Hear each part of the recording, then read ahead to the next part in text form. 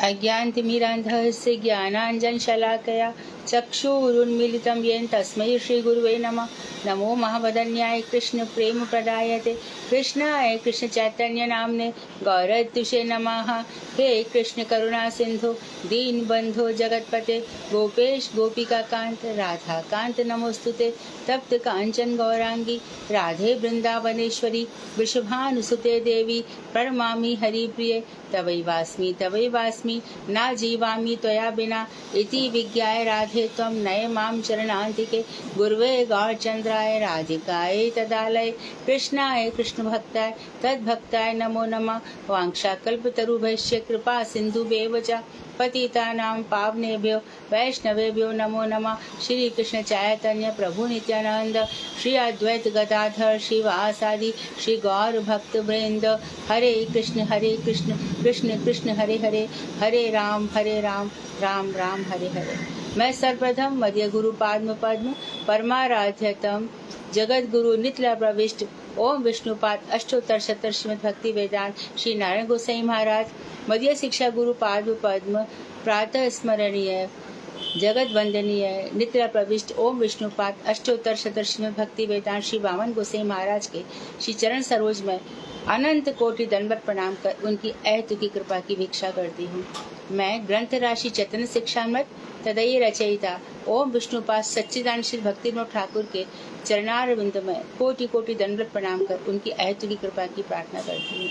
मैं वैष्णवी सभी के लिए यथा योग्य वंदन अभिवंदन दंडवत करती हूँ। तो हमारा ये चैतन्य शिक्षामृत हम वहाँ तक आ चुके हैं जहाँ हमें मनोधर्म, शरीर धर्म, आत्मधर्म और समाज के साथ कैसा व्यवहार रखना चाहिए। वहीं पर हमें अनुबंध के रास्ते बताया गया कि हमें क्या क्या नहीं भी करना चाहिए। हम जिस देश में उत्पन्न हुए हैं वहाँ पर बहुत देवी देवता हैं।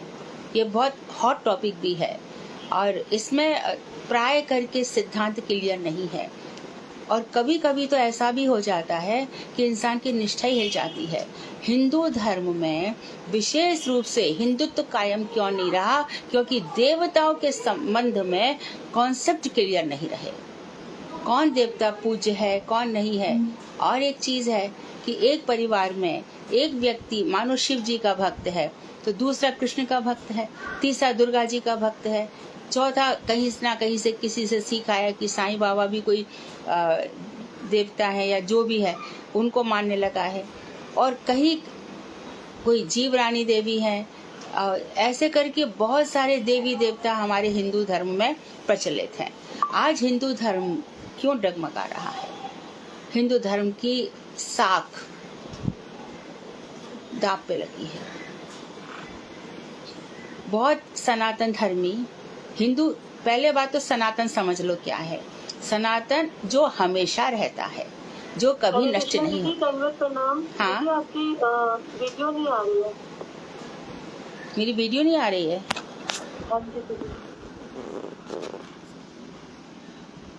वीडियो नहीं आ रही है।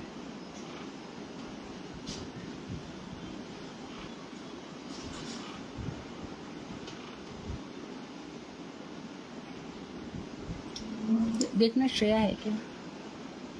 मैं श्रेया को बुलाती हूँ। मैं उस लड़की को बुलवा रही हूँ, तब तक मैं बोलूं? हाँ जी दीदी, हाँ जी। आवाज आ जाएगी।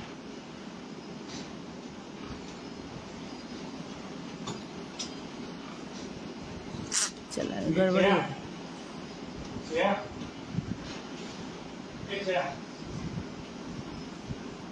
आ गई दीदी। आ गई? आ गई। हो गया काम, आ गई वीडियो, आ गई। हाँ, हरे कृष्ण।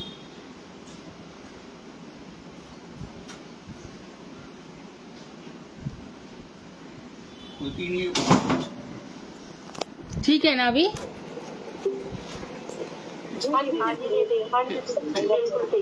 हाँ, तो हो क्या गया है कि हम सब की जो हिंदुत्व धर्म आज विवादास्पद हो गया है और धीरे धीरे इस पर और धर्म हावी हो रहे हैं। कारण यही है विभिन्न देवी देवता। अच्छा, ये जो देवी देवता हैं ये भगवान की विभूति है। हम यहाँ से थोड़ा बाहर जाएंगे तो कहीं ना कहीं कोई ना कोई, हर कोई, चाहे वो अंग्रेज हो, चाहे वो कनाडा में रहने वाला हो, चाइना में रहने वाला हो, कोई ना कोई किसी ना किसी को मानता जरूर है। ऐसा कोई भी नहीं है, एक भी जन नहीं है जो जिस देश में ईश्वर की पूजा ना होती हो, लेकिन ईश्वर के विषय में बहुत भ्रम है। तो हम बात कर रहे थे सनातन धर्म की। सनातन धर्म का अर्थ है जो हमेशा रहता है। इसका वर्णन वेदों में हुआ, पुराणों में हुआ, लेकिन कली के प्रभाव से जो हमारा वेद शास्त्र है उसका निचोड़ तो उन लोगों ने ले लिया, उस पर रिसर्च भी करने लगे, लेकिन हमारे यहाँ पर वैदिक शास्त्रों को पढ़वाना बिल्कुल बंद कर दिया। मैथ्स में एलजेब्रा, ज्योमेट्री ऐसे सब्जेक्ट आ गए जिनका विशेष योगदान भी नहीं है, फिर भी पढ़ना पड़ रहा है। धीरे धीरे सरकारें जाग रही हैं। और एक हमारे भारतवर्ष की कमजोरी है कि यहाँ पर जो चुनाव होते हैं उसमें जो चुनाव जीतने वाला प्रत्याशी है उसके कुछ मॉरल्स होने चाहिए, आचार संहिताएं होनी चाहिए, उसकी कुछ क्वालिफिकेशन होनी चाहिए। उस पर विशेष ध्यान नहीं दिया जाता। अधिकांश करके जिन्होंने बहुत सारे केसेस जिन पर चल रहे हैं वो चुनाव में जीत कर आ जाते हैं, और हम में से हम ही लोग उनको वोट भी दे देते हैं। बात ऐसी नहीं है कि पहले मुसलमान नहीं थे, काल यवन तो था ही ना, हमेशा से ऐसा रहा है। हूण, कृषाण और यवन जाति हमेशा से रही है, लेकिन ये कभी हावी नहीं हो पाई। इनको म्लेच्छ ही कहा जाने लगा। क्यों? क्योंकि ये ईश्वर पर विश्वास नहीं करते। अच्छा, इनके यहाँ अल्लाह होता है, अल्लाह, बिस्मिल्लाह जो भी है, तो ये इनका कहना ये है जो खुद ही को कर बुलंद इतना कि अल्लाह तुझसे आके पूछे बंदे तेरी रजा क्या है ना। अच्छा, तो ये भगवान का जो नूर है, प्रकाश है, जैसे कि हमें पहले भी भक्तिविनोद ठाकुर ने बताया, उसी को अल्लाह समझते हैं। लेकिन जो आचरण है, विधि विधान है, पूजा पाठ है, झुकते तो ये भी हैं, जिसको कहते हैं सजदा करना, वो तो ये भी करते हैं। पंचवक्ता नमाज भी पढ़ते हैं, धरती माता को बार बार प्रणाम करते हैं, धरती को छूते हैं, लेकिन जो भगवान के विषय में इनके कॉन्सेप्ट है वो क्लियर नहीं है। और दूसरी चीज क्या है कि ये कभी भी हिंदू धर्मों का और हमारे भगवानों का सम्मान नहीं कर पाए। जहाँ जहाँ भगवान श्री राम के मंदिर रहे, कृष्ण के मंदिर रहे, या काशी विश्वनाथ मंदिर, वहाँ पे इन्होंने अपनी अपनी मस्जिद बना ली। कबीरदास चिल्लाए, कांकर पत्थर जोड़ के मस्जिद लई बनाए, ताचड़ मुल्ला बांग दे, क्या बहरा हुआ खुदाए। तूने कंकर पत्थर जोड़ के एक मस्जिद बना ली और तू वहां चढ़ के मुर्गा की तरह बांग देता है, क्या खुदा बहरा है? शांति से पाठ नहीं कर सकता? तो मस्जिद में तो कौन क्या है? वहाँ पे कोई ईश्वर शक्ति है क्या है? और दूसरी चीज इनके यहाँ बुत परस्ती है। मजार, अजमेर में मजार है, वहाँ पे सब दुनिया जाती है। जो मक्का मदीना है वहाँ पर तो बहुत सारे अभी आ चुके हैं, स्पष्ट हो चुका है कि वहाँ पर तो शिवलिंग ही है, उन्हीं की पूजा की जाती है, इसलिए वहाँ पे किसी को गंगा जल नहीं ले जाने देता। तो भगवान शिव अपने लिंग के रूप में, अपने चिन्ह के रूप में, जो ज्योतिर्लिंग है तो 12 है, उसके जैसे ही कई जगह भगवान के चिन्ह बने हुए हैं जो स्वयं प्रकट होते हैं। या किसी, जैसे कि आप द्वारका जाइए, द्वारका में समुद्र में प्रभाग क्षेत्र में जब भगवान ने अपने यहाँ से ये लौकिक लीला समाप्त की थी, वहाँ पर 5 शिवलिंग सावन में आ जाते हैं, लेकिन समय समय पर 3 ही शिवलिंग दिखते हैं या कभी कभी 1 ही शिवलिंग दिखता है। इसी प्रकार से जगन्नाथपुरी में लोकनाथ महादेव है, जो कि बस सावन के मंदिर में ही आते हैं, और कोई कहता है कुछ दिनों के लिए आते हैं, कोई कहता है कुछ 1 दिन के लिए आते हैं। तो अभी भी सिंघानिया जी बता रहे थे कि गुरुदेव वहाँ दर्शन करने गए, लेकिन इतनी भीड़ थी वहाँ, इतनी भीड़ थी, तो महाराज जी खड़े रहे, और वहाँ पर शिवलिंग पूरे समय पानी के अंदर रहते हैं, लेकिन सावन के समय में ही वो लोकनाथ महादेव बाहर आते हैं। बहुत पूजा होती है उनकी, रोज बड़े जोरदार उनका भगवान का अर्चन होता है। तो गुरुदेव ने जब इतनी भीड़ कही तो उन्होंने कहा लोकनाथ महादेव से, क्या आज आपके मैं दर्शन करे बिना ही चला जाऊंगा? कृष्ण से कह दूंगा कि आपने मुझे दर्शन नहीं दिए। इतनी सी बात थी कि बस वहां पर जो पुजारी थे उनको कुछ आभास हुआ और उन्होंने कहा अपने एक असिस्टेंट से कि नारायण गोसाई महाराज आए हैं, उनको बुला लाओ। सारी भीड़ को चीरता हुआ वो महाराज जी के पास आया और महाराज जी से कहा आप दर्शन करने चलिए। ये मैं इसलिए भी बता रही हूँ कि भगवान अपने भक्तों की आवाज सुनते हैं। वो यहीं पर बैठे अंतर्यामी रूप में, लेकिन हमने उनको समझा नहीं है। हम सबसे वो बातें करते हैं, ऐसा नहीं है, लेकिन वो लोगों की भक्ति विश्वास के साथ होती है। भगवान ने जो कह दिया हर वचन पे उनका विश्वास है। श्री कृष्ण से मुख के निकली जो बातें हैं अक्षर अक्षर उनके हृदय में चरितार्थ होती है, और हम लोग जो मन को अच्छा लगता है उसे ले लेते हैं और जो ही नहीं लगता उसको सुनना भी नहीं चाहते। इनफैक्ट जो बहुत उत्तम कोटि का सत्संगी है उसका हम साथ भी नहीं करना चाहते।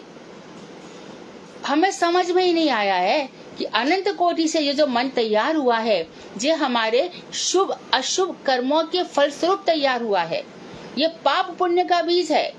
इतना भजन करके भी संसार हमारे से हट नहीं रहा है।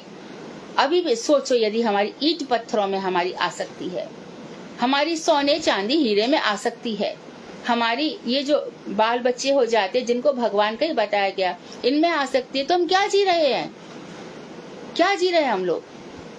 तो इसी तरह से क्या हुआ है कि जो हिंदुत्व है वो आज अच्छा सनातन धर्म है हमारा।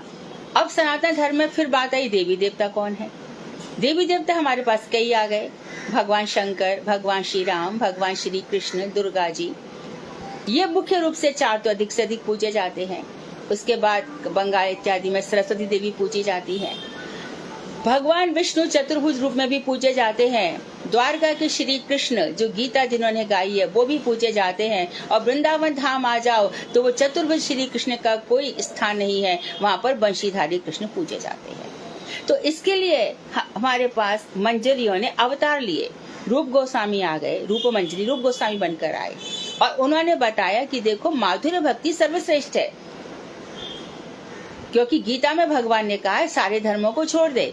तो धर्म तो मैं नहीं बनाए थे सारे वेदों में, तो मैं ही कह रहा हूँ कि छोड़ दे, क्योंकि जो वैदिक धर्म है उसमें इंसान को भगवान की तरफ मुड़ने के लिए कुछ पुष्पवती वाक्य कहे गए हैं जिनका कुछ फल होता है, तो अपनी तरफ आकर्षित करने के लिए। लेकिन धीरे धीरे जैसे जैसे हमारी चेतना जागृत होती है, स्वामी महाराज ने इस चेतना को ही पकड़ा। जितनी चेतना हमारी उन्नत होती जाएगी उतना ही हमें ये जो ग्रंथ है ये भगवान प्रेरणा देते रहेंगे और ये ग्रंथ हमारी समझ में आएंगे। उसी राधा जी की मंजरियों में से एक मंजरी है कमल मंजरी। अब ये आके हमें बता रहे हैं। इनको 100 वर्ष पहले भी पता था कि ऐसा होगा, और आगे आने वाले पुराणों में भविष्य पुराण इत्यादि में भी बताया जाता है। भविष्य पुराण में जब राजवंश बताया गया तो वहाँ चंद्रगुप्त विक्रमादित्य जयचंद्र सबकी बातें आई है। महादेव ये भी आया है कि काफी दिनों तक सरकार एक पक्षीय बनेगी, लेकिन बाद में कई सारे दल मिल जाएंगे तब सरकारें बनेंगी। तो हम देखते हैं कि जैसा वक्त होता है जो पार्टी होती है अपना दल बदल लेती है। जब बीजेपी का बहुमत बहुत होता हुआ दिखा तो कांग्रेस के बहुत सारे लोग बीजेपी में आ गए, और यही बात भविष्य पुराण में लिखी हुई है। एक सरकार कभी कोई नहीं बना पाएगा, मल्टीपल पार्टीज आएंगी और उनका एक गठबंधन होगा और सरकारें बनेंगी। ये सब हम पढ़ते हैं श्रीमद् भागवत के 12वें स्कंध के 11वें 12वें 13वें अध्याय में ये सब विस्तार से लिखा हुआ है। लेकिन राजा परीक्षित ने कलयुग का वध नहीं किया, क्योंकि उन्होंने देखा इसमें एक सार है। यद्यपि इसमें बहुत दोष है, कले दोष निधि राजन। सुखदेव जी कह रहे हैं राजन, कली काल जो है वो दोष का निधि है, दोष का खजाना है, परंतु एक इसमें गुण है कि इसमें कोई एक बार भी भगवान का नाम ले लेता है। अब यहाँ पर बात यह है कि जब भगवान कह रहे हैं कि सभी देवी देवता मेरी विभूति हैं, तो हमें उनसे, उनकी अवज्ञा करने से, उनकी नफरत करने से, उनसे चिढ़कर क्या लाभ होगा। और जब भगवान कह रहे हैं कि सब में मेरा वास है, तो उनसे नफरत करके क्या होगा। इसलिए महात्मा लोग अपने इष्ट देव के विषय में शांत रहते हैं, दूसरों को अपनी आराधना के विषय में थोड़ी बताते हैं, लेकिन किसी देवी देवता का अपमान भी नहीं करते, क्योंकि पद्म पुराण में जिन व्यास जी ने कहा है कि भगवान श्री कृष्ण ही ब्रह्मेति परमात्मेति भगवानिति शब्दते, वही व्यास जी कह रहे हैं पद्म पुराण में, देखो किसी देवी देवता का अपमान मत करना। अब इसको हम पुस्तक से पढ़ते हैं। देखिए पेज नंबर है 180, 7th पॉइंट, अन्य देवताओं के प्रति अवज्ञा।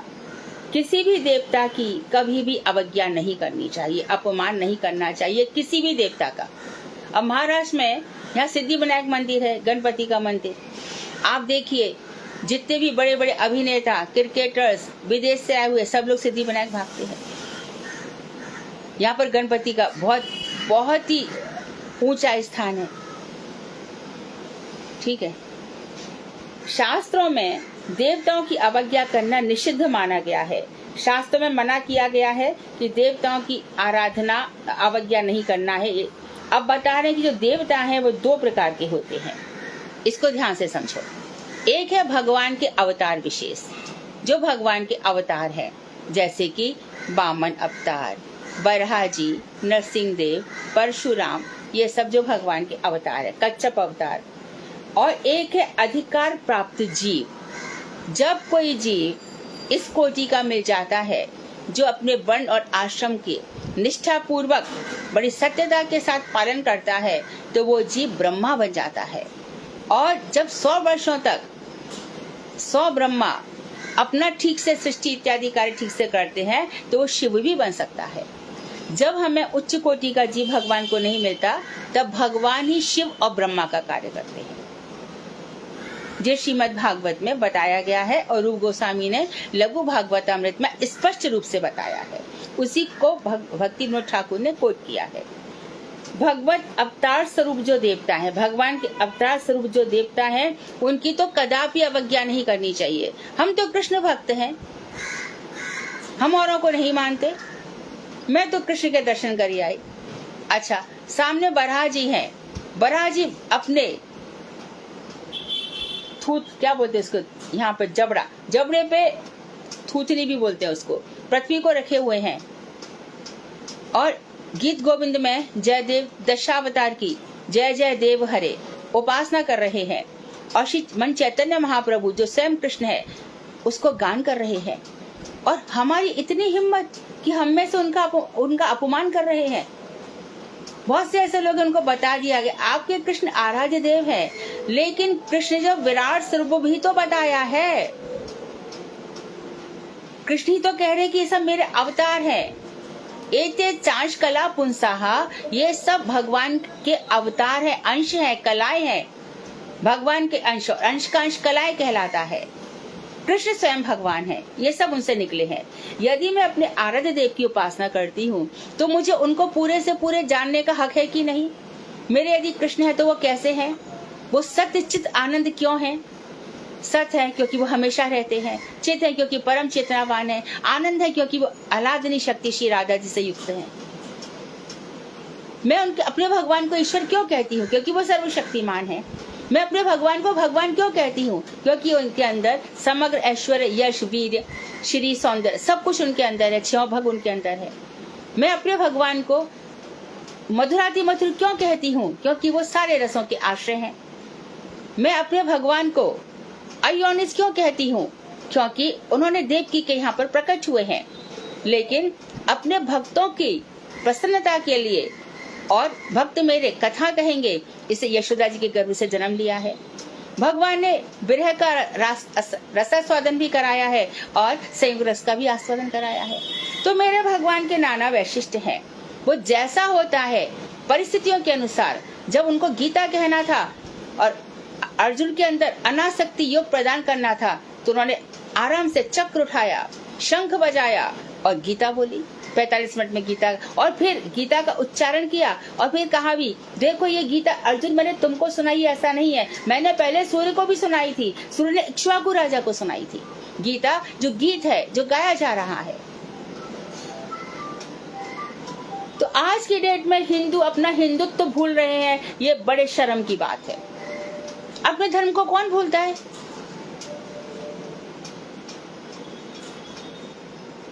अपने धर्म को तो धारण करो। मनुष्य जन्म आपका इसलिए है ना। आहार, निद्रा, भय और मैथुन ये तो पशु पक्षी भी करते हैं। हम सबका कर्तव्य है। सनातन धर्म ही हिंदू धर्म है। अवतार की बात कर रहे थे हम, तो जो भगवान के अवतार हैं ये सब ने जो बताए, इनकी कभी भी अपमान नहीं करना चाहिए। और इस विषय में कोई विचार करने की भी आवश्यकता नहीं है कि करें कि नहीं करें। सीधी सी बात है, करना है तो करना है। वह जीव जो जीव जगत के शासन और पालन करने में भगवान की शक्ति पाकर देवता कोटि में परिगणित हैं, उनकी समशीला भजंती वह इस न्याय के अनुसार असंख्य जीवगण पूजा करते हैं। जो जीव जगत के शासन करने में और पालन करने में भगवान की शक्ति पाकर देवता बन जाता है, जैसे कि इंद्र देवता है, उनको बरसात का अधिकार दिया गया है। अब अधिकार प्राप्त देवता है ये, उसके कुछ ना कुछ तो सुकृति रही है कि वो इंद्र के सिंहासन पर विराजमान है। वरुण, उनको जल का देवता कहा गया है, जल का देवता माना गया है। अपार जल का भंडार भरा रहे। सदियों से हम इतने जल, कितना जल, देखो जल हम जितना पान करते हैं उससे कहीं ज्यादा तो हमारे कमोड में फ्लश में निकल जाता है। भक्तिनाथ ठाकुर कह रहे हैं कि अपव्यय करना पाप है। हम में से अधिकांश लोग टॉयलेट की लाइट जलाई हम बंद करना भूल जाते हैं। ये अपव्यय है, ये दोष है। हमारे राष्ट्र को बिजली की आवश्यकता है। पानी चल रहा है तो चल रहा है, मठ मंदिर में जा रहे हैं, धड़ाधड़ बाल्टी, अरे पानी तो उतना ही है। सदियों से ये पानी भगवान ने जो बनाया है उसको बचा के रखना भी तो हमारा कर्तव्य है। तब हमारे बच्चे स्कूलों में पढ़कर आते हैं, कॉलेजों में, कि ग्लोबलाइजेशन है, गर्मी बहुत हो जाएगी, आगे मौसम बड़े बदलेंगे। अभी कहते हैं कि 2 महीने पहले मौसम चल रहा है। इन सब के हकदार हम हैं। हम में से जिनको अधिकार मिल जाता है थोड़ा भी, तो सबसे ज्यादा धन का अपव्यय वही करता है। सबसे ज्यादा पेड़ वही काटकर अपने घर में फर्नीचर बनवाता है, अपने घर बड़े बड़े बागान लगवाता है, फार्म हाउस बनवाता है। जो धरती जीवों के रहने के काम में आनी चाहिए, तो एक जने के लिए घर में 10-10 हजार स्क्वायर फीट के घर बना दिए जाते हैं। अधिकार आपको भगवान ने इसलिए दिया है कि सबको समान रूप से बांटो। तो लोभ के कारण, लालच के कारण और सबसे ज्यादा अहंकार के कारण हमारा हिंदुत्व धर्म पराजित हो रहा है। हिंदुओं को थोड़ी सी समृद्धि क्या मिल जाती है? अहंकार के शिखर पर बैठ जाते हैं। नेता वास्तव में सेवक होता है, सेवा करने के लिए। लेकिन वो आके, क्योंकि एक भी दिन यदि कोई एमएलए बन जाता है या कोई एमपी बन जाता है तो उसको जीवन भर पेंशन मिलती है।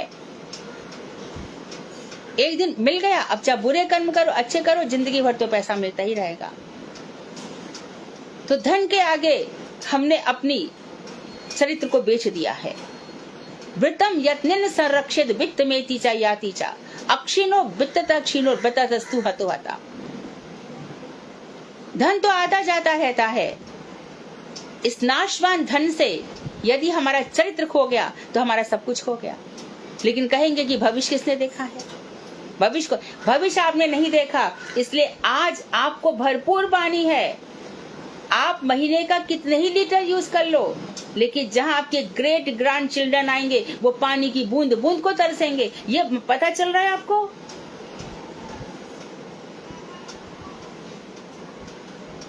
जिस संपत्ति का हम भोग कर रहे हैं, जिसको हमारे फोर फादर्स ने जोड़ जोड़ करके पाई रखी थी, उसका हम अपव्यय कर रहे हैं। आगे आने वाले बच्चों के लिए हम क्या मिसाल पेश कर रहे हैं? हम सबका कर्तव्य है समाज की रक्षा करना, देश की रक्षा करना, राष्ट्र की रक्षा करना। अयम निजः परो वेत्ति गणना लघु चेतसाम उदार चरिता नाम तू वसुधैव कुटुंबकम। यह मेरा है, ये दूसरों का है, ऐसी बातें तो छोटे दिल वाले करते हैं। उदार चित्त वालों के लिए, तो the whole world is my family. तो ऐसे कुछ लोगों के लिए भगवान शक्ति संचार करते हैं, और वो फिर जगत का कहा जाता है गॉड लिव्स इन द पंच। जो न्याय मूर्ति है, जैसे कि कोई सुप्रीम कोर्ट का जज है अथवा हाई कोर्ट का जज है, तो हम ये मानते हैं कि भगवान इसके अंदर न्याय की शक्ति देगा। लेकिन वो भी यदि धन के हाथों बिक गया तो न्याय कहाँ मिलेगा?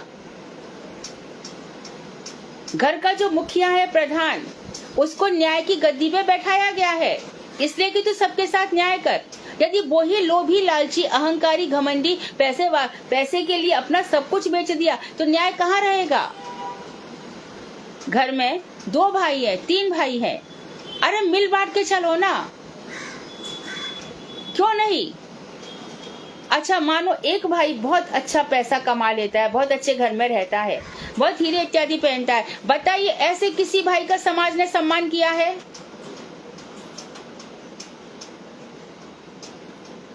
बल्कि तो वो ईर्ष्या का केंद्र और बना है, धीरे धीरे अपमानित भी होता है। तो इसलिए अपने हम कितना जी लेंगे? अभी बात आई थी, कोई तो बता रहा था कि ज्यादा से ज्यादा जो हमारा जीवन का आयु का स्तर है वो बहुत ज्यादा 65 वर्ष का हो गया है। ये तो आज का तो कितने बच्चे लोग 40 से 60 वर्ष में मर जा रहे हैं। क्या बचा के रख रहे हैं हम? ना संस्कृति, ना सभ्यता।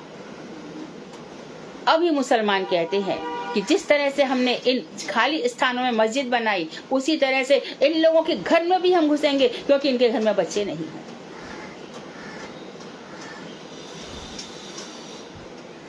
भाई को अलग से उठा करके फेंक दिया। आप बंबई में आके देखिए, यहाँ पर जो पारसी लोग थे ना, उनके बड़े बड़े घर आज भी हैं, कस्टोडियन में चले गए सरकार के शिकंजे में। वो जाति एक तरह से खत्म हो रही है। हिंदुत्व पर प्रश्न चिन्ह आ जाएगा तो कैसे होगा? भगवान देखेंगे? ऐसा नहीं है। भगवान ने हम यदि सब कुछ भगवान देखते तो गीता किसके लिए कही गई थी? धर्म क्षेत्रे कुरुक्षेत्रे, धर्म क्षेत्र में कर।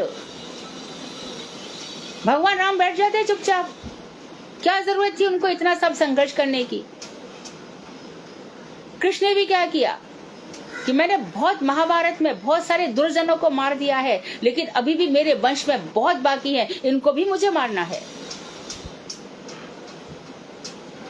तो बिल्कुल मत डरिए, जो गलत है उसको कहिए तो सही कि तुम गलत कर रहे हो, और हम कहते हम सह लेंगे।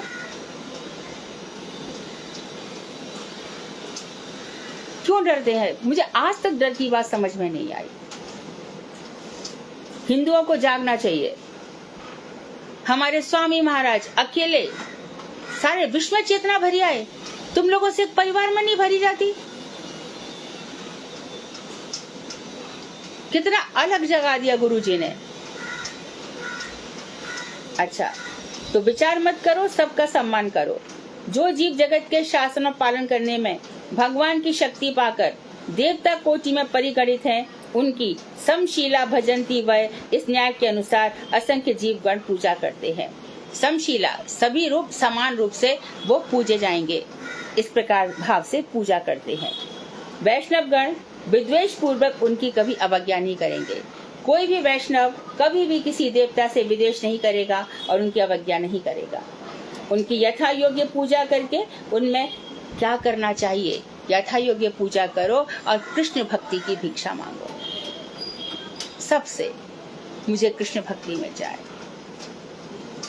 कितने मैंने ऐसे भक्त सुने हैं जिन्होंने ये कहा है कि हमने हनुमान जी से प्रार्थना करी और हमें कृष्ण भक्ति मिल गई, हमने शिव जी से प्रार्थना करी। मैं शिव जी की इतनी बड़ी पुजारी थी, इतनी बड़ी पुजारी था, इतना दिन रात में शिव जी की आराधना करता था, उनकी कृपा से बस मुझे गुरु मिल गए और कृष्ण भगवान मिल गए।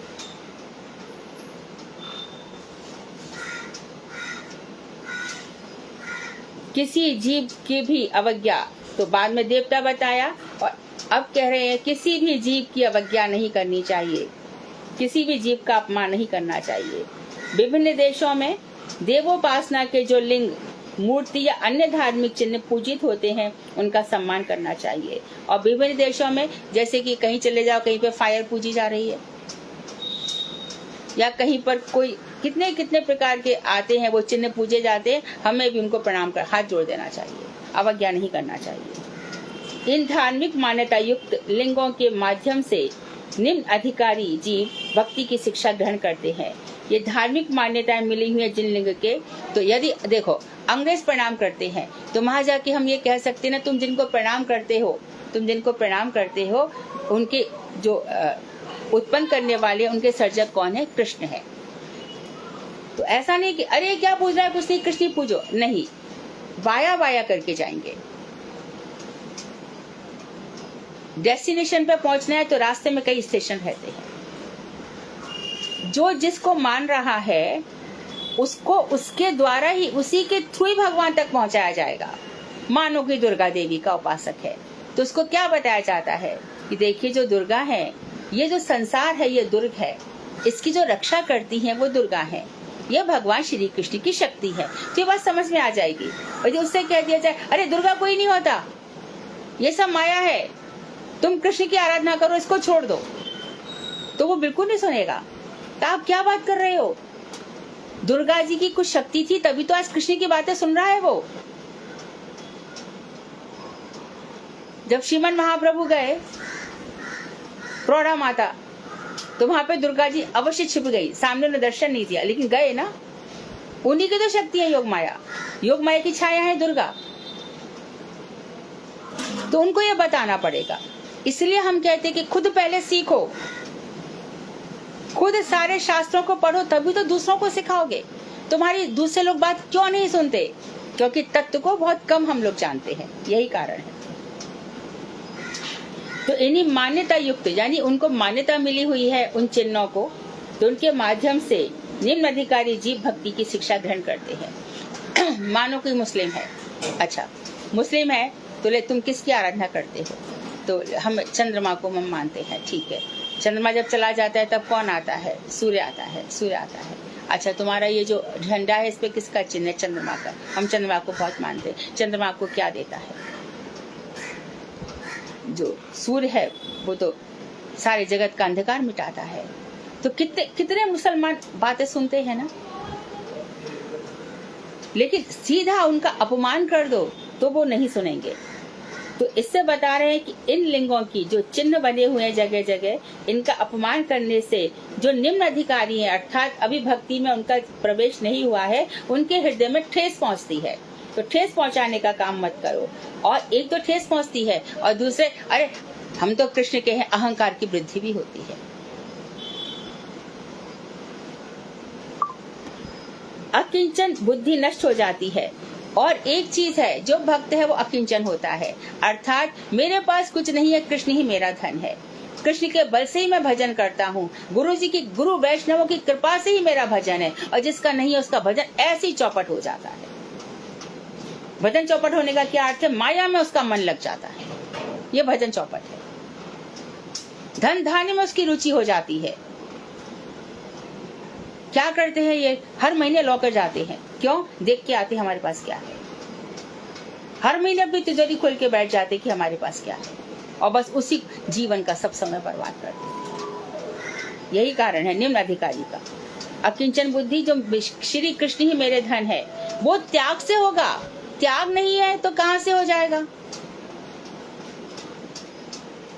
अंतःकरण भक्ति के विराजमान होने के लिए सिंहासन बनने योग्य नहीं रह जाता। और बात सुंदर कही है, जो हमारा हृदय है, यहाँ पे इस सिंहासन में जो ठाकुर जी बैठते हैं, ये नहीं रह जाता, क्योंकि हमने भगवान की बात नहीं मानी।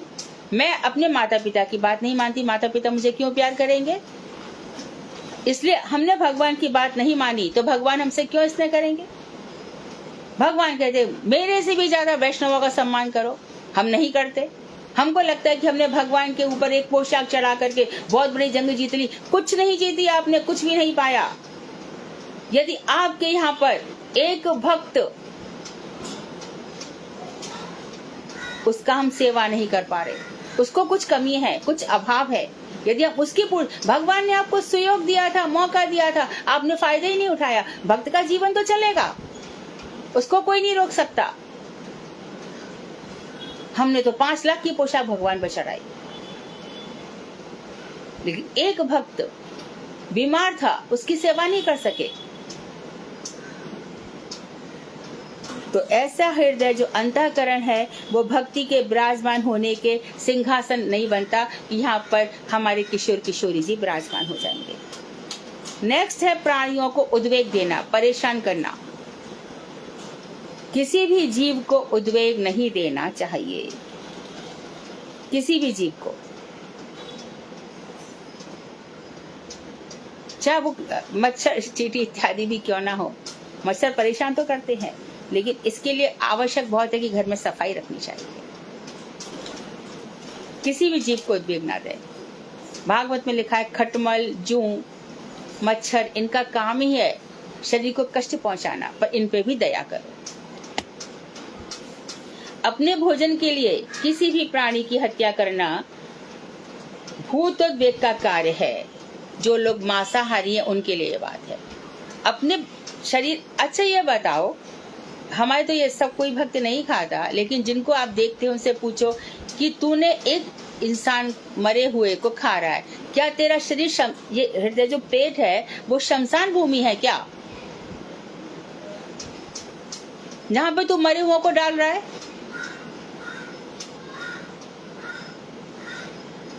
और फिर किसी हीरोइन को इतना मानते, पता चलता है वो बड़ा भारी मच्छी खाता है, बड़ा भारी मांस खाता है, दिन रात ड्रिंक करता है, और उसको मान रहे हैं क्योंकि नचकैया है, भांड है, उनको आदर्श मान लिया। तुमसे ही पैसे लेकर के इतना पैसा वाला बनाए ना।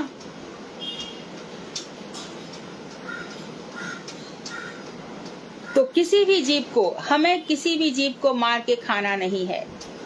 यदि वो लोग कहते हैं, पूज्यपाद बामन गोसाई महाराज से कहा कि आप जो तोरई खा रहे हो इसमें भी तो जीव है ना। हाँ है, दही में तो सबसे ज्यादा जीव है, इसलिए दही में जैसे नमक डाला दही के सारे जीव नष्ट हो जाते, दही फायदा ही नहीं करता। दही को कहा गया प्लेन खाना चाहिए। वो बैक्टीरिया है जो भगवान ने हमारे पोषण के लिए बनाए हैं। हम तोरी काटते हैं, हम मानते हैं कि उसमें जीव है, चलो, लेकिन ऐसा जीव हमने काटा जिसके आगे दूसरा जीव पैदा हो गया। लेकिन आपने एक मुर्गी को मार दिया तो दूसरी मुर्गी कहां से लाओगे? ये बामन गोसाई महाराज ने उत्तर दिया, जिसका अस्तित्व ही, एग्जिस्टेंस ही आपने खत्म कर दिया। हमारे यहाँ तो वो ग्रो हो रही है दिन पे दिन, सदियों से, अखंड काल से तोरी आज तक मरी नहीं है, घिया मरी नहीं है, बैगन मरे नहीं है, आम अब तक चल रहे हैं।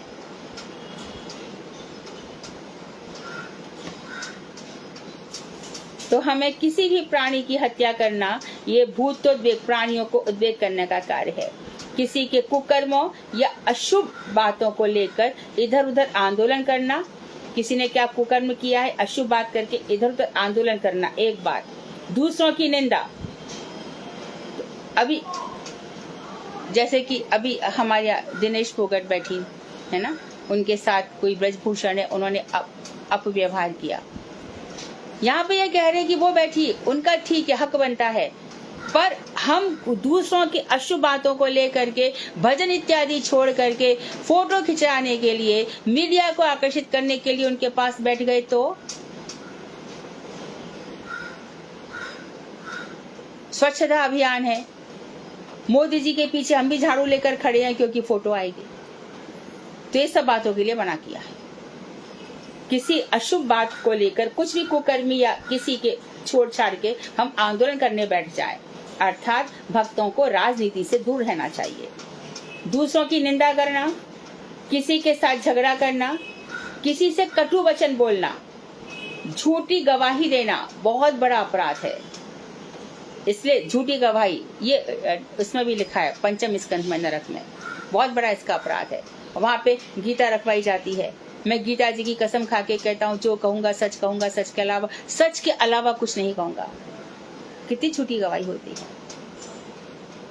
वकालत का धंधा ही ऐसा है, या सफेद को झूठ, सफेद को स्याह काला और स्याह को सफेद करना होता है। लेकिन इन बातों से कौन रुकते हैं? जिनके अंदर थोड़ी सुकृति है, सुकृति का पुंज है, भक्ति की पोटेंसी है, वो सुन करके बच जाएंगे, निकल जाएंगे। बाकी तो एक यहाँ से सुनेंगे, दूसरे से निकल जाएगा। अपने आडंबर के लिए दूसरों की सुविधा में बाधक बनना, अपने दिखावे के लिए दूसरों की सुविधा में बाधक बनना।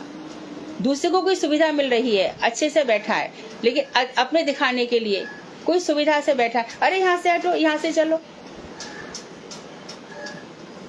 तो नाना प्रकार के भूतोद्वेग के कार्य हैं। वैध भक्त ऐसे कार्यों से बचेंगे। पर हिंसा तीनों प्रकार से होती है, मन से, कर्म से, वाणी से। अपने मन में बिल्कुल शुद्ध रखो अपने मन को। जो किया है वो भोगेगा, ब्याज सहित भोगेगा, रहेगा नहीं। वृंदावन धाम जाएगा, चोरी होगी उसके पर्स की,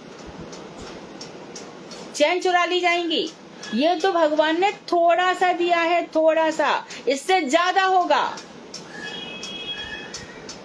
ब्याज सहित वसूला जाएगा। भगवान सहन नहीं करते। इसे चिंता मत करो, कोई आपको दुख दे रहा है तो वो अपने ही बीज बो रहा है।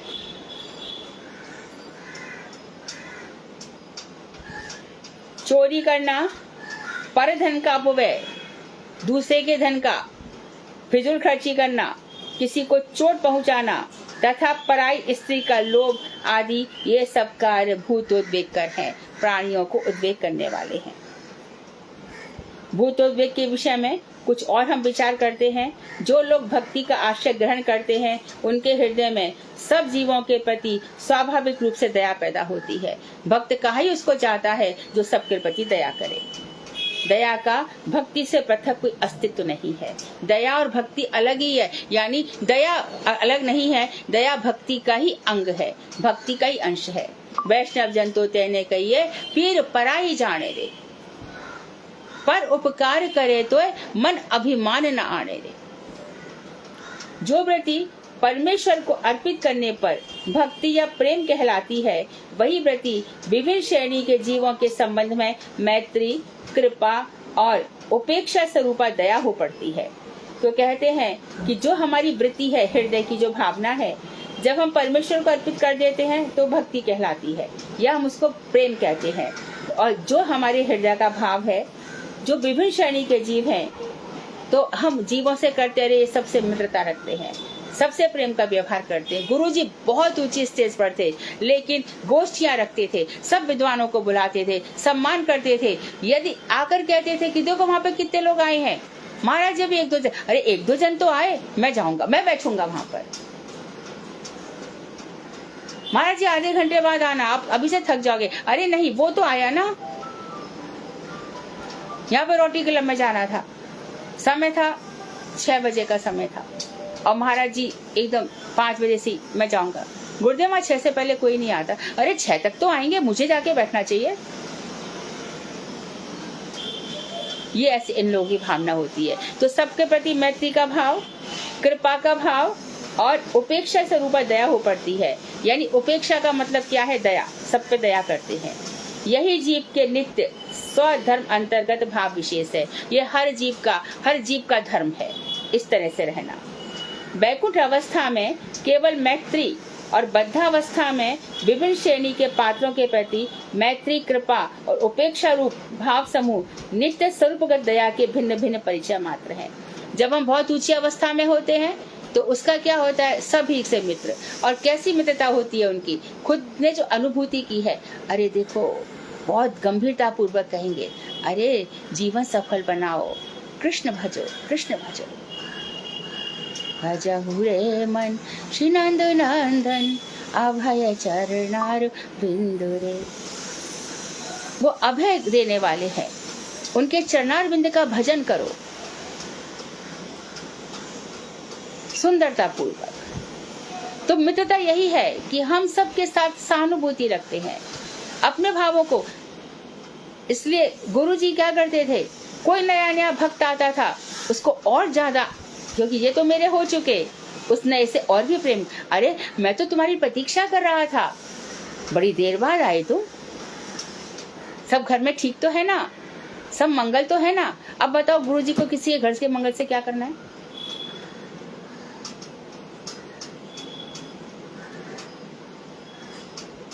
गुरुजी दादाजी का एक्सीडेंट हो गया। अरे कब हुआ, कैसे हुआ, कोई डॉक्टर को दिखाया, बात चलाई, सब ठीक तो है? अच्छा हम आएंगे देखने। महाराज जी आप मत आइए। अरे हम आएंगे, हम जब जाएंगे वॉकिंग के लिए उनको देखने आएंगे, हम भी तो देखें ना।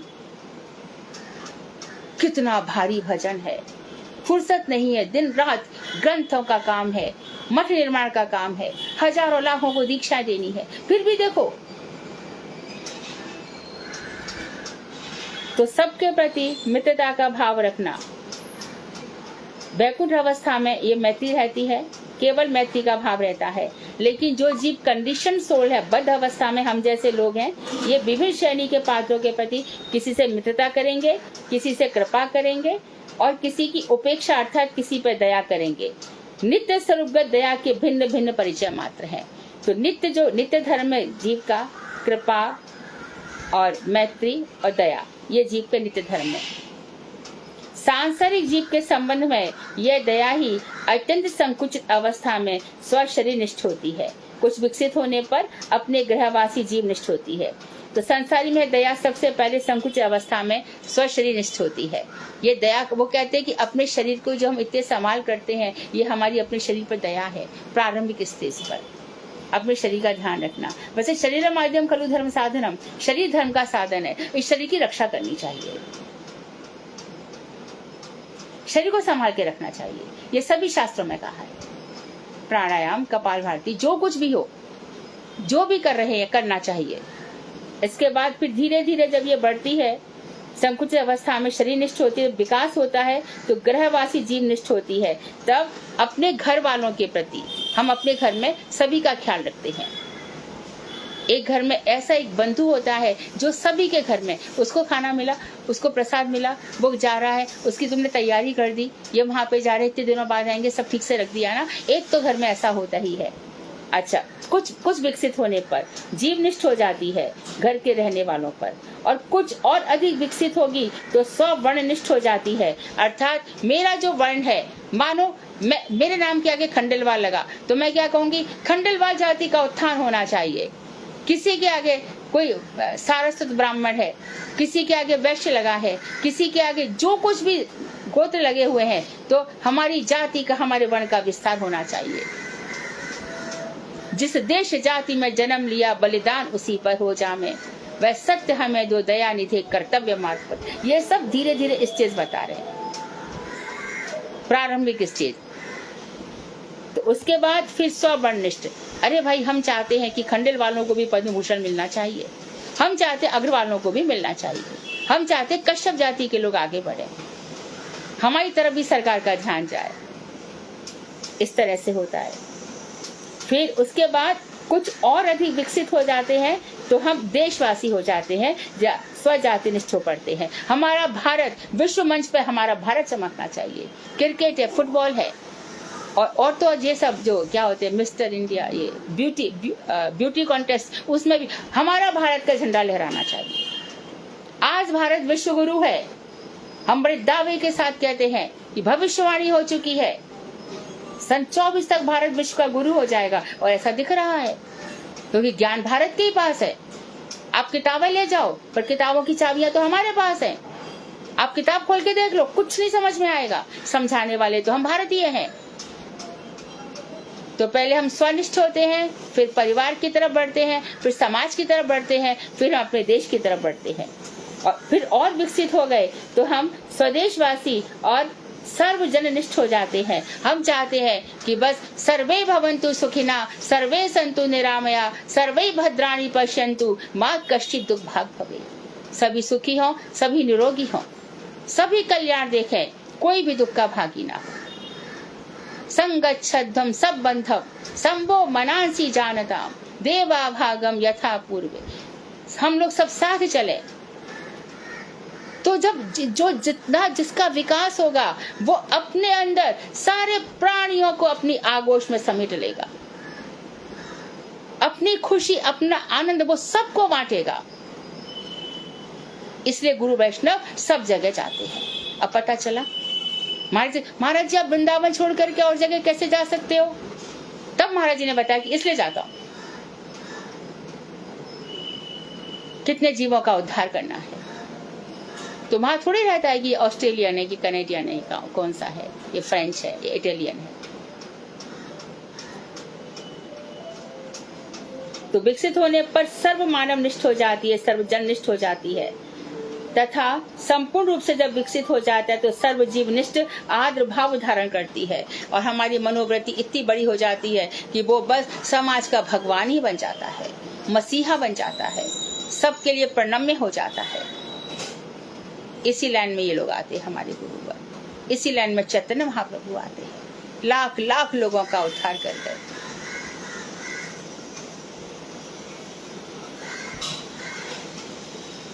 एक बार गुरुदेव बड़े भावावेश में बोल रहे थे, बेटी यदि महाप्रभु के समय में हम लोग होते तो।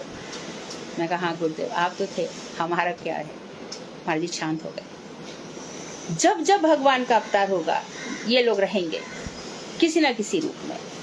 वो अलग बात है कि इनका प्रकाश कब होगा, किस युग में होगा, ये लोग प्रकाशित हैं, परंतु भगवान की इच्छा से योग माया कभी उनका जो रियल स्वरूप है उसको प्रकाशित कर देती है। ऐसा नहीं है कि वैष्णवों की कमी है, ये धरती टिकेगी नहीं साधु नहीं रहेंगे तो, परंतु उनका प्रकाश किस समय होगा ये भगवान की योग माया पर निर्भर करता है। तो सारे संसार को जो अपना समझ लेता है अकेले फिर वो जी नहीं सकता, वो अपनी खुशियां सबको देना चाहता है, सबसे मिल बांट के रहना चाहता है। और यदि वो ऐसा नहीं है तो कृपण है, कृपण है, कृपण है, वो भक्ति का अधिकारी नहीं है। वैष्णवगण इन सीमाबद्ध संकुचित भावों तक आबद्ध नहीं रहते। उनके लिए प्राणी मात्र के प्रति उद्वेग राहित्य रूप प्रति परम आर्द्रता स्वरूप दया ही एकमात्र वरणीय भाव है। प्राणी मात्र के प्रति उद्वेग राहित्य, किसी को भी उद्वेग नहीं देते, और परम आर्द्र स्वरूप स्निग्ध उनका हृदय होता है। जैसे कि अब देखो नवदीप धाम में है, हमारे कितने ही बंगला भाई बहन आते हैं, वो उतना पैसा नहीं दे पाते। अभी तो इस साल 2-3 साल से हम इतना नहीं देख रहे हैं। यदि आपको भी ऐसा दिखाई दे, सहन मत करना। हमारे गुरुजी ने कहा था जितने बंगला भाई बहन यहाँ पर आएंगे सबको प्रसाद दिया जाएगा। ये लाइन पढ़ करके तब तो हमारा शास्त्र का पढ़ना हुआ। आखिर कितने का चावल आ जाएगा? हम लोग वहां पर मानो 5,000 लोग भी इकट्ठे हो गए और सबने 100-100 रुपया दिया तो हमारे कितने सारे रुपए इकट्ठे हो जाएंगे? 5 लाख हो जाए तो इतना का चावल नहीं आ सकता क्या? हम करेंगे उनके लिए। कोई भी हमारे घर से खाली हाथ भूखा पेट तो नहीं जाएगा। गुरु जी का मंदिर हमारा मंदिर है। ये 4 दीवारों को तो अपना कहोगे ऐसा नहीं होगा। गुरु जी मठ के रूप में साक्षात विराजमान है। नेक्स्ट है सेवा अपराध और नाम अपराध। वैद भक्तगण सेवा अपराध और नाम, देखो रागानुगा की बात नहीं हो रही अभी, ध्यान रखना वैद भक्तों की बात हो रही है। सेवा अपराध और नाम अपराध से सदैव सावधान रहेंगे।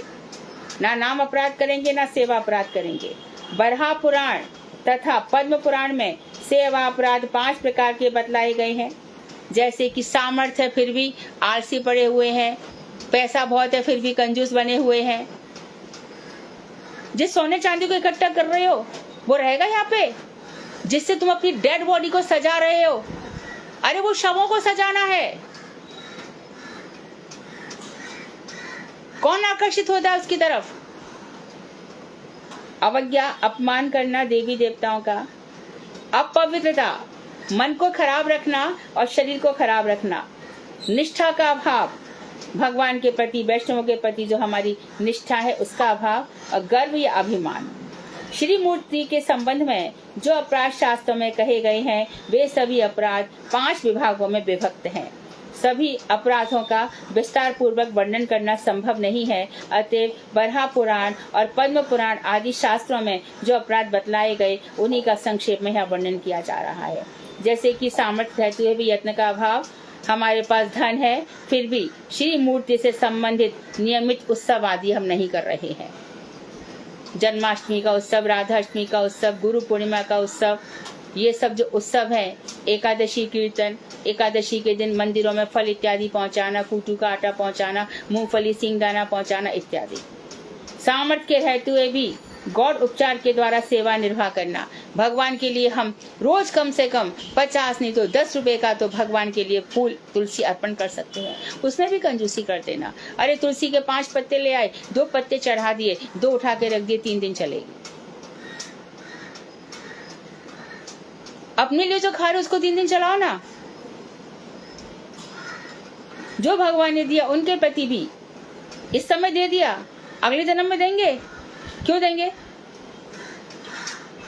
जिस काल में जो द्रव्य या फल आदि प्राप्त हो उसे यत्न पूर्वक भगवान को निवेदन नहीं करना। आम के सीजन में आम नहीं चढ़ाया, अभी आड़ू आ रहे हैं, पीस आ रहे हैं, जो कुछ भी आ रहा है सबसे पहले देखो और भगवान को चढ़ाओ तुरंत। और यदि नहीं किया तो अपराध है। ये सब अपराध है। अपराध से क्या होगा? भक्ति नष्ट हो जाएगी। भगवान की स्तव स्तुति वंदना दंडवत प्रणाम आदि ना करना और बस रोज ही रोज वही कही नहीं, भगवान की स्तव स्तुति रोज करो, उनको उठते ही दंडवत प्रणाम करो। ये सब नहीं कर रहे हो तो अपराध है। जाते आते अपने घर के ठाकुर जी को प्रणाम करो। बता दिया गया है कि चित्र भी हो, यदि ठाकुर जी नहीं है तो चित्र को भी प्रणाम करो, तुलसी जी को प्रणाम करो, दंडवत प्रणाम करो, स्तव स्तुति करो। प्रदीप को बिना जलाए भगवान के मंदिर में प्रवेश करना, अंधेरे में भगवान के मंदिर में प्रवेश करना। तो बंगाली औरतों में तो अभी भी है, उनके यहाँ बड़ी अच्छी प्रथा है। सुबह उठते ही, हमारे मराठी कल्चर भी हम देखते हैं, घर से बाहर निकाल करके दीपक जला देते हैं। तो पहले लाइट जलाओ, उसके बाद भगवान के मंदिर में प्रवेश करो। ये सभी कार्य सामर्थ्य होते हुए नहीं करने से होते हैं। और अवज्ञा और पढ़ लेते, फिर हम विराम देंगे। यान आरोहण, यान मतलब कार, स्कूटर इत्यादि, या पादुका धारण कर पूजा गृह में जाना। तो बता रहे हैं कि मंदिर इत्यादि में जाने के लिए यदि बहुत दूर है तो अब कुछ नहीं कर सकते, तो जाना पड़ेगा। लेकिन यदि पास है तो पैदल जाओ, पूजा गृह में जाना चाहिए। श्री मूर्ति के सामने प्रणाम नहीं करना, ये अपराध है। और या एक हाथ द्वारा प्रणाम करना, वो भी उल्टे हाथ से, ऐसे, ये अपराध है। अंगुलियों से भगवान की मूर्ति को दिखलाना, ये देख, ये राम है, ये सीता है, ये कृष्ण है, ये उंगली दिखा करके, ये अपराध है। श्री मूर्ति के सामने प्रदक्षिणा अर्थात परिक्रमा करी और मूर्ति जैसी सामने आएंगे तो मूर्ति के आगे 1.5 कदम पीछे चलेंगे, फिर आगे चल के फिर परिक्रमा करेंगे। मूर्ति के सामने ऐसे नहीं जाएंगे। फिर से सुन लीजिए, परिक्रमा करेंगे, जैसी मूर्ति के सामने यहाँ पर आ गए, फिर 1.5 कदम, 1 कदम और आधा कदम चलो, फिर ऐसे करके ये मूर्ति के सामने प्रदक्षिणा करना हो गया। श्री मूर्ति के आगे पैर फैलाना, वैष्णव बैठे हो, मूर्ति कुर्सी पर बैठे हैं और वैष्णव सामने बैठे, अपने पैर फैला दिए आगे। भगवान ऐसा नहीं कि हमें तो कुछ हुआ नहीं, धीरे धीरे करके कई जन्मों तक बदला लेंगे। ये मत समझ लेना कि ऐसे चला जाएगा। पर्यंक बंधन में बैठकर स्तव पाठ करना, पलंग पर बैठ करके या कुर्सी इत्यादि पर बैठकर कोशिश करो, नहीं बैठा जाएगा तो क्षमा है, स्तव स्तुति करना। श्री मूर्ति के सामने सो जाना, भोजन आदि शारीरिक कर्म करना। जब भी भोजन इत्यादि करेंगे, मानो किसी का घर छोटा है या कोई और बंधन है या कुछ नहीं, जैसे तो भगवान के मंदिर में खाना ही नहीं चाहिए। यदि खाना भी पड़े तो तुरंत मूर्ति के आगे पर्दा डाल दो, पर्दा डाल करके फिर खाएंगे। भोजन आदि कोई भी व्यायाम इत्यादि कर लिया, मंदिर में जा करके कसरत इत्यादि कर ली, कोई भी शारीरिक कर्म, स्वेटर बुनने बैठ गए और कुछ नहीं तो जोर जोर से बातें करना, चिल्लाना, या भगवान की सेवा चल रही है, तू मुझे चुप रह, काम करने देना, ऐसा भी का तो अपराध हो गया। उस समय बिल्कुल मौन हो, बिल्कुल मौन हो करके बैठना है। भगवान को सुना तो स्तव स्तुति, और कोई सांसारिक बातें करना नहीं है या प्रपंच की कोई भी बातें करना। परस्पर वार्तालाप करना, सजाते भी जा रहे हैं और आज सुबह क्या हुआ, कहाँ गई थी, क्या हुआ स्कूल में, और भगवान की तैयारियां में चल रही है, अपराध है। विषयांतर की चिंता करते हुए रोदन करना और भगवान के सामने रोना, मेरा ये नहीं हुआ, मेरा वो नहीं हुआ, ऐसा करके भगवान के आगे रोना, ये भी अपराध है। वो तो अंतर्यामी, उसको क्या पता नहीं है। और यदि वो अंतर्यामी नहीं तो भगवान काय का है? उसने तो हमको बनाया। ये वही तो कह रहा है ना, ममिवांशो जीव लोके जीव भूत सन, जीव मेरा ही अंश है, मैं सबका अंतर्यामी हूँ। यदि मान भी लिया तो मान नहीं रहे तो फिर क्या फायदा है। और दूसरे व्यक्तियों की आलोचना करना, दूसरे व्यक्ति के सामने तो किसी विषय में डिस्कस ही नहीं करे, ना बड़ाई ना बुराई, कुछ भी नहीं करे। अधोवायु त्याग करना, अधोवायु का अर्थ आप समझ ही गए होंगे। लाए हुए वस्तु का अग्रभाग दूसरे को देकर अवशिष्ट भगवान को निवेदन करना। जो भी वस्तु लाई गई है, ऊर्ध्ववायु डकार, अधोवायु जो नीचे से हवा निकलती है, बाद में कोई प्रश्न पूछे तो ऊर्ध्ववायु डकार, ये सब भगवान के आगे नहीं करना चाहिए। और फिर बताए कि एक वस्तु आ गई, मानो केला आ गया घर में, केला पहले आधा दूसरे को दे दिया, आधा भगवान को लगा दिया, बचे हुए भाग को, ऐसा कभी नहीं करना चाहिए। पहले संपूर्ण रूप से ठाकुर जी के पास जाएगा, उसके बाद किसी और को। श्री मूर्ति के सामने अन्य व्यक्ति को प्रणाम करना। मंदिर इत्यादि में गए और मूर्ति है, वहां पर कोई व्यक्ति आ गए, अरे अरे, कभी नहीं करना। मूर्ति के सामने बाहर निकल के उनको प्रणाम, और कह दो, शायद उनको नहीं पता हो कि भगवान के आगे थी इसलिए मैं आपको प्रणाम नहीं कर पाई, मैं अभी आपको प्रणाम करती हूँ। अकाल में श्री मूर्ति का दर्शन, अर्थात उपयुक्त अवसर को छोड़कर दूसरा समय अकाल है, ये सभी कार्य सेवा संबंधी अवज्ञा के अंतर्गत है। यानी कि जिस समय अकाल है या भगवान को सुला रखा है, उस समय अनवसर है, उस समय मूर्ति पर्दा हटाकर देखना और झांक झांक करके देखना, ये सब भी अपराध है। जिस समय मूर्ति को विश्राम दे दिया गया तो बस विश्राम दे दिया गया। जिस समय भगवान भोजन करते हैं उस समय परिक्रमा करना, दरवाजे बंद कर दिए जाते हैं। ये सब हमें ध्यान रखना चाहिए। तो कल हम अपवित्रता के विषय में पढ़ेंगे। वांशा कल्पतरुवैश्य कृपा सिंधु बेवचा पतितानां पावनेभ्यो वैष्णवेभ्यो नमो नमः।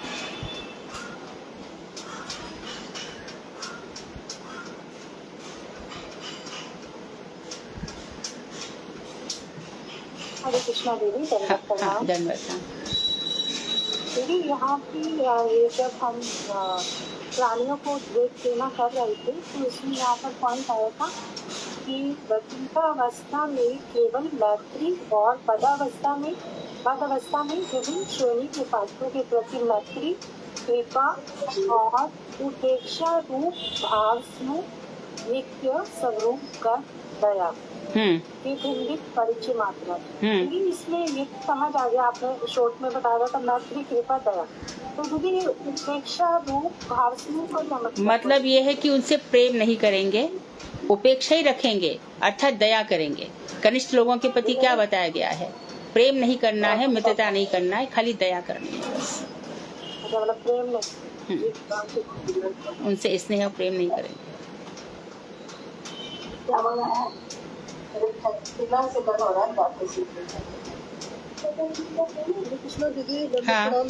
हाँ। किसी को परेशान करना, दुख देना, उत्तेजित करना, त्रास देना, ये सब उद्वेग है। बेचैन करना, व्यथित करना, व्याकुल करना। प्राणियों को, भूत मतलब प्राणी, कोई भी प्राणी, चींटी से लेकर ब्रह्मा तक। दीदी आपने ऐसे 2 बार बताया था, क्योंकि एक बार में समझ थोड़ा नहीं आया। श्री मूर्ति के सामने प्रदक्षिणा में आपने कहा था ना बैक में जाओ, तो 2 स्टेप्स में कुछ। हाँ, जैसे हम परिक्रमा करके आए, श्री मूर्ति के सामने आ गए, तो वहाँ आगे नहीं बढ़ना चाहिए, 1.5 स्टेप पीछे जाकर के फिर आगे जाना चाहिए। अच्छा जी, आ गए।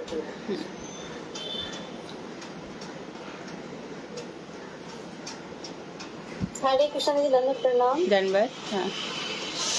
हाँ दीदी, आपने जो बताया कि मक्का मदीना में, तो वहाँ पे क्या मतलब शिवलिंग का ही? हाँ, और क्या, उनके तो आप ये बताओ कि मुसलमानों का कोई इष्ट देव है क्या?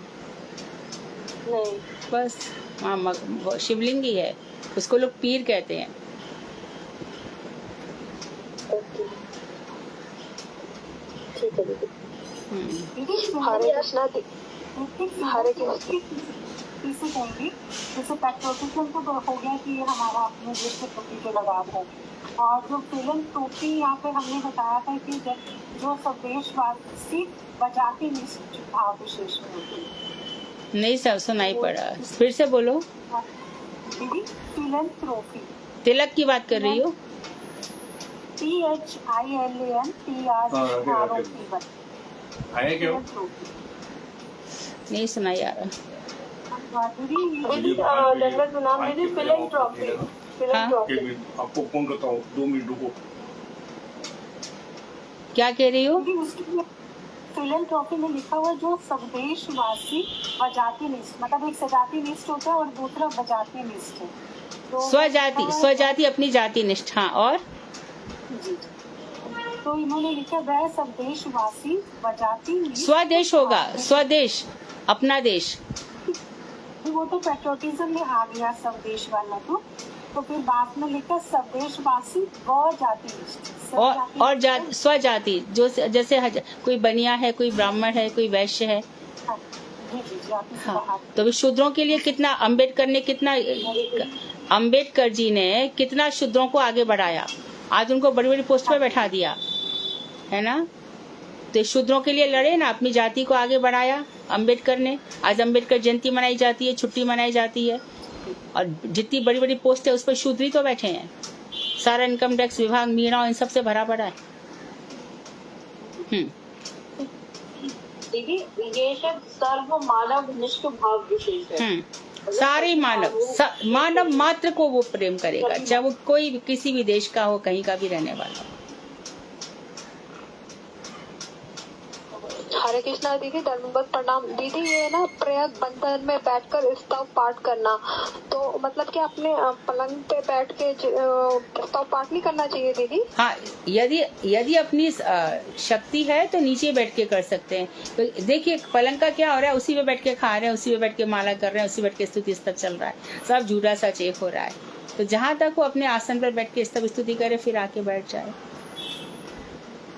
दीदी जैसे सुबह शाम होता है तब तो हम मतलब बैठ जाते हैं। हाँ, अभी तो थोड़ा मुश्किल ही है। हाँ, सही बात है। हाँ, तो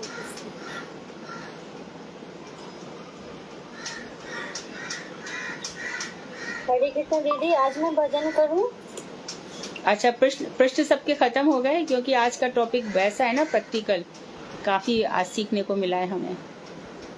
दीदी जैसे विषयांतर दूसरे विषय, विषयांतर दूसरे विषय, राष्ट्रांतर दूसरे राष्ट्र, देशांतर दूसरे देश, मतलब जैसे ठाकुर जी के सामने दूसरे विषयों की। दूसरे विषयों की बात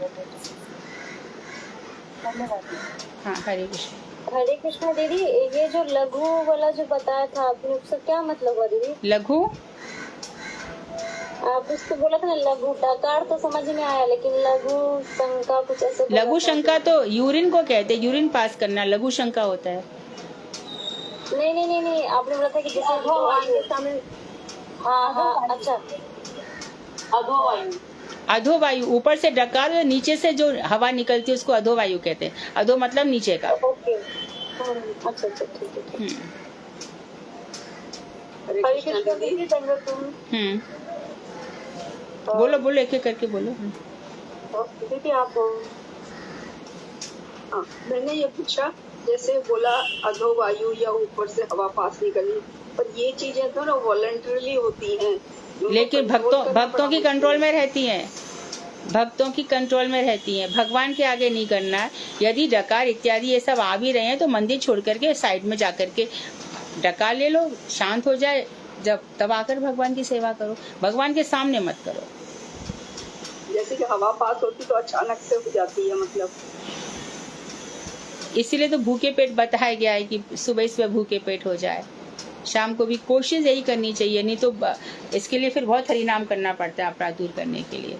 और आप देखोगे धीरे धीरे आप कंट्रोल कर पाओगे, जब भगवान के मंदिर में होगे तो नहीं होगा ऐसा। धीरे धीरे कंट्रोल करने की कोशिश करो और कृष्ण से प्रार्थना करो कि मेरे शरीर को स्वस्थ रखें कि आपके प्रति अपराध ना हो। तो धीरे धीरे भगवान ठीक कर देंगे सब। जी ठीक, धन्यवाद। हरे कृष्णा दीदी, धन्यवाद प्रणाम। हाँ दीदी जैसे मतलब ये आजकल सिचुएशन चल रही है, तो जैसे कि मुस्लिम हैं तो कभी जैसे हमारे आसपास भी निकलते हैं कुछ है, तो हमें देखकर कुछ मतलब भावना अच्छी नहीं आती है। तो नहीं, आपको रिएक्ट मना किया है ना, रिएक्ट करना ही नहीं है, उद्वेग करना ही नहीं है। वो भी तो भगवान के ही है ना, उनको बनाने वाला कौन है? नहीं मतलब जो भय उत्पन्न होता है उसका क्या करेंगे? नहीं, होना नहीं चाहिए, उसको शांत करो। उद्वेग, जिससे लोग उद्वेग को प्राप्त नहीं होते और जो लोगों से उद्वेग को प्राप्त नहीं होता वही मेरा भक्त है। द्वादश स्कंद श्रीमद् भगवद गीता 12वां अध्याय में भगवान ने लिखा है, यस्मात् न उद्युते लोको, जो जिससे लोग उद्वेग को प्राप्त नहीं होते, जो लोगों से उद्वेग को प्राप्त नहीं होता वही मेरा भक्त है। किसी ने कुछ कहा, हमने गुस्सा आया तो वो मेरा भक्त नहीं है। हमने किसी को ऐसा कहा कि उसको गुस्सा आया तो मेरा भक्त नहीं है। उनको देख तो सोचे मत ना ये मुस्लिम है। अभी तो देखो, पहले तो मुस्लिम की पहचान थी कि वो ये बाल बाल रखता था, ये सब। आजकल तो ये कितने हिंदू लोग भी, सबका फैशन ही हो गया है। कौन लड़का ऐसा जिसके यहाँ पे दाढ़ी ये सब नहीं है? हाँ जी दीदी, हाँ जी। हरे कृष्णा दीदी। दीदी जैसे कि हम लोग अगर ऑफिस जाते हैं और ऑफिस में 4 लोग हैं और 4 लोग हैं जो नॉनवेज खाते हैं और हम लोग को अगर साथ में खाना रहता है तो उसमें क्या हम लोग उस लोग के साथ खा सकते हैं? नहीं, अपनी टेबल अलग ले जाओ, वहाँ बैठकर खाओ, कोई जरूरत नहीं है ऐसे एडजस्टमेंट करने की। मैं भी अब विद्यालय में थी, वहाँ नॉन वेज खाते थे और मुझे वो पहले ही बोल दिया करते थे कि Madhu ji very very sorry, आज हमारा खाना ऐसा नहीं है। तो मैं बायोलेम में जाकर के अपना प्रसाद देती थी। ओके दीदी, खाना नहीं चाहिए ना? नहीं। और दीदी प्रसाद भी नहीं देना चाहिए उन लोग को? मतलब नहीं देना, देना चाहिए ना लेना चाहिए। उन लोगों, वो लोग क्या प्रसाद की महिमा समझेंगे? और फिर भी यदि आपको ऐसा लगता है कि शायद प्रसाद की महिमा समझ के इनकी सुकृति बन जाए तो थोड़ा थोड़ा प्रसाद देने में बुराई भी नहीं है। जीव मात्र पे दया करनी है। जी दीदी। और उनके यहाँ का ना पानी पीना है ना खाना है, कुछ भी नहीं करना है, सब भक्ति नष्ट हो जाएगी।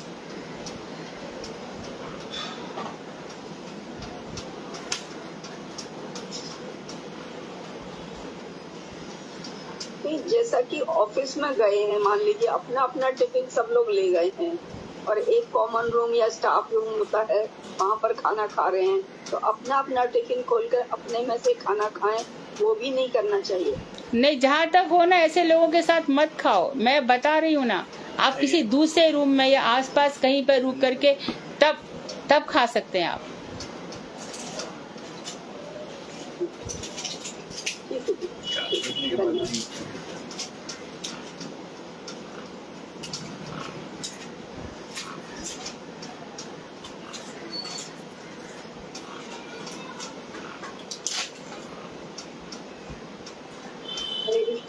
हाँ दीदी, जैसे अभी आपने बताया कि मुस्लिम्स हैं, उनसे भी हमें, उनके प्रति भी हमें कोई भाव द्वेष भाव नहीं रखना चाहिए। किंतु दीदी जो मुस्लिम्स हैं वो हमारे मंदिर तोड़ते हैं और धर्म परिवर्तन करवाते हैं। वो तो वो करेंगे ही, वो प्राचीन काल से ही कर रहे हैं, आज से थोड़ी कर रहे हैं। परंतु फिर भी मना किया कि विवाद मत करो उनसे। तो ऐसा जब हम सुनते हैं देखते हैं तो मन में तो कुछ ऐसे विचार आते ही है। आना स्वाभाविक है, आना स्वाभाविक है, उनसे नफरत होना स्वाभाविक है। इसलिए कहा गया कि नफरत मत करो, कहा गया है। क्योंकि बहुत से ऐसे मुस्लिम भी हैं, कितने ऐसे मुस्लिम हैं जो चाहते थे कि राम मंदिर बने। वो लोग कहते कि भगवान राम का मंदिर नहीं बनेगा तो यहाँ क्या बनेगा, और राम मंदिर बन रहा है। सब हम अपना काम करेंगे पर नफरत नहीं करेंगे, काम हम नहीं करेंगे। अभी एक जी दीदी कोशिश तो करेंगे, पर ऐसा बहुत मुश्किल होता है कि हम इस तरह से अपनी भावनाओं को या विचारों को कंट्रोल आता है तो तभी कहा गया कि मत करो। आता नहीं आता होता तो प्रश्न ही नहीं उठता। आना स्वाभाविक है और आएगा भी, और फिर भी कहा गया है कि शांत रहो। अच्छा, और ये मुस्लिम ये बनाएंगे, और लेकिन हम में से 90% लोग इन खानों की जो फिल्में देखते हैं उसका क्या, उनकी अलग जाति है क्या? इग्नोरेंट करना है, नफरत नहीं करनी है, इग्नोरेंट होना है। अच्छा दीदी, एक और अभी पॉइंट आया था कि हमें भगवान के सामने विलाप नहीं करना चाहिए, किसी चीज के लिए रोना नहीं चाहिए। तो कभी कभी हमारे जैसे जो भाव होते हैं या हम कुछ, उन्होंने कहा विषयांतर भाव में रोना है। आपको राधा जी के चरणों की स्मृति आ गई, खूब रोई है, लेकिन कहा है विषयांतर लेकर के नहीं रोना है। साफ कहा है, दूसरे विषयों को लेकर के, विषयों को लेकर नहीं रोना, दूसरे विषयों को लेकर, पुत्र हो या मेरी संपत्ति हो या मेरी ये प्रॉब्लम सॉल्व हो, हाँ, सांसारिक विषयों को लेकर। ठीक है, हरे कृष्ण, धन्यवाद। दीदी विद्वेष मोह का क्या मीनिंग है दीदी? विद्वेष का नफरत, विद्वेष का अर्थ है नफरत।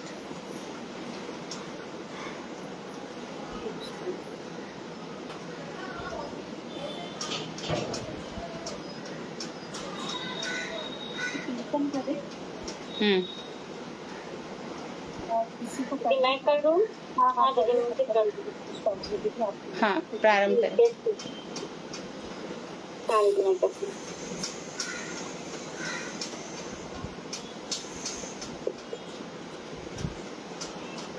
राधा कृष्ण प्राण जुगला किशोर, राधा कृष्ण प्राण जुगला किशोर, बाहर जाके जीवाने मराने गति हार नहीं मोर, जीवाने मराने गति हार नहीं मोर, राधा कृष्ण प्राण मोरा जुगला किशोर, राधा कृष्ण प्राण मोरा जुगला किशोर, कालिंदी कोले किली कदम मेरवाना, कालिंदी कोले किली कदम मेरवाना, रतना बेदीरा उपाय उषावद जाना,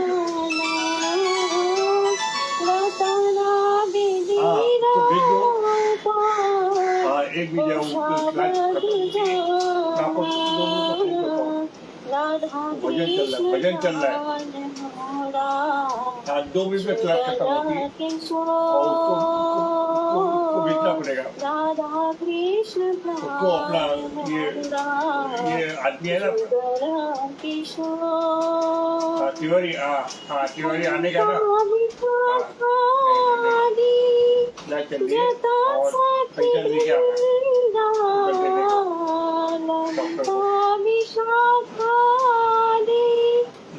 जता सखी वृंदा अज्ञाया करीबो शिवा चरणा वृंदा, अज्ञाये करीबो शिवा चरणा वृंदा, राधा कृष्ण प्राण मोरा जुगला किशोर,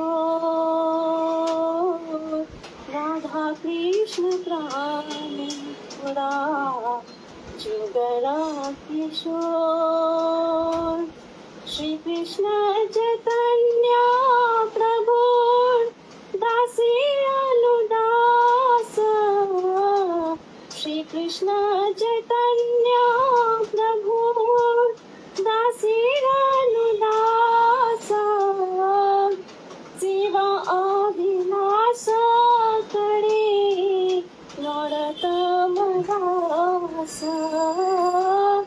सेवा अभिलाष करे नरतमदास राधा कृष्ण प्राण मोरा युगल किशोर राधा कृष्ण प्राण मोरा युगल किशोर जीवाने मराने गति हार नहीं हो जीवाने मराने गति हार नहीं हो